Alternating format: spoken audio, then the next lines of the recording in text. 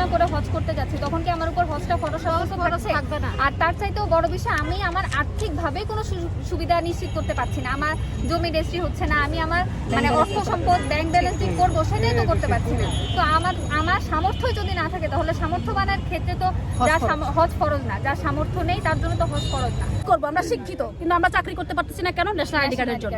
তারপরে হচ্ছে আমার এখন একটা জমি রেজিস্ট্রি করতে হবে, পিতার উত্তরসূরি আমি আমি আমি আমার পিতার সম্পত্তি পাবো, কিন্তু এখন পাচ্ছি না কেন? ন্যাশনাল আইডি কার্ডের জন্য আমি আমার সম্পত্তি পাচ্ছি না। তারপরে আমার বাচ্চাদেরকে পড়াবো স্কুলে কলেজে, আমার ন্যাশনাল আইডি কার্ড লাগবে, কিন্তু আমি আমার বাচ্চাদেরকে পড়াইতে পারতেছি না। এমন অনেক কারণ, শেষে আমি 3টা কারণ আমার নিজেরই বললাম। এক সপ্তাহ পরে যে আমরা বলছি যে এক সপ্তাহের মধ্যে যদি ওনারা না করেন, আমরা তো সারা দেশ থেকে কিছু মানুষ, দেশের পক্ষ থেকে, মহিলাদের পক্ষ থেকে কিছু মানুষ আজকে আমরা নামছি, কিন্তু যদি ওনারা এক সপ্তাহের মধ্যে যদি ওনারা না ব্যবস্থা করেন, আমাদের দাবি না মেনে নেন, তাহলে আমরা সারা দেশ থেকেই এভাবে আমরা ইনশাআল্লাহ আন্দোলন করব। আচ্ছা, যে পর্দার কথা যেটি বলছেন, সেটি তো শুধুমাত্র লঙ্ঘিত ইসি থেকে হচ্ছে না, আপনার এই এনআইডি থেকে হচ্ছে না, অন্যান্য ক্ষেত্রেও তো আপনার ছবির ব্যবস্থা রাখে, ছবি না থাকলে আপনার বিভিন্ন ক্ষেত্রে, জি, আমরা তো এখন পাসপোর্টের চিন্তা করতেই পারতেছি না, কারণ আমরা এখন নাগরিকই হতে পারি। তাহলে আমরা পাসপোর্ট কিভাবে করব? আর পাসপোর্ট মনে করেন হজও তো আমাদের একটা ইসলামের একটা হজ আসলে মানে হজটা শর্ত সাপেক্ষে ফরজ সাব্যস্ত হয়। হ্যাঁ, এখন আল্লাহ পাক কিন্তু বলছে, হাদিস শরীফে আছে যে আল্লাহ পাক কোনো নফরমানি করে কোনো মাখলুকের আনুগত্য করা যাবে না।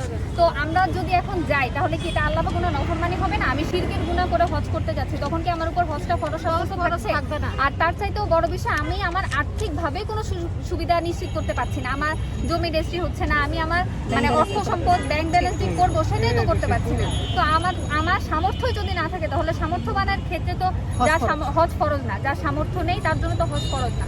তো এটা হচ্ছে শর্ত সাপেক্ষ। আগে তো আমার দেশে আমার নাগরিক সুবিধা আমার নিশ্চিত করতে হবে, তারপর আমি আন্তর্জাতিক পর্যায়ে গিয়েও আন্দোলন করব। এটা তো আগে আমার দেশে আমি পাই, তারপর আমি আন্তর্জাতিক অঙ্গনে গিয়েও আমি আমাদের আন্দোলন বজায় রাখবো ইনশাআল্লাহ। আমার আইডেন্টিটির জন্য আমি যে বাংলাদেশের নাগরিক, আমার আইডেন্টিফিকেশনই হচ্ছে আমার ন্যাশনাল আইডি। আমরা চাকরি করবো, আমরা শিক্ষিত, কিন্তু আমরা চাকরি করতে পারতেছি না কেন? ন্যাশনাল আইডি কার্ডের জন্য।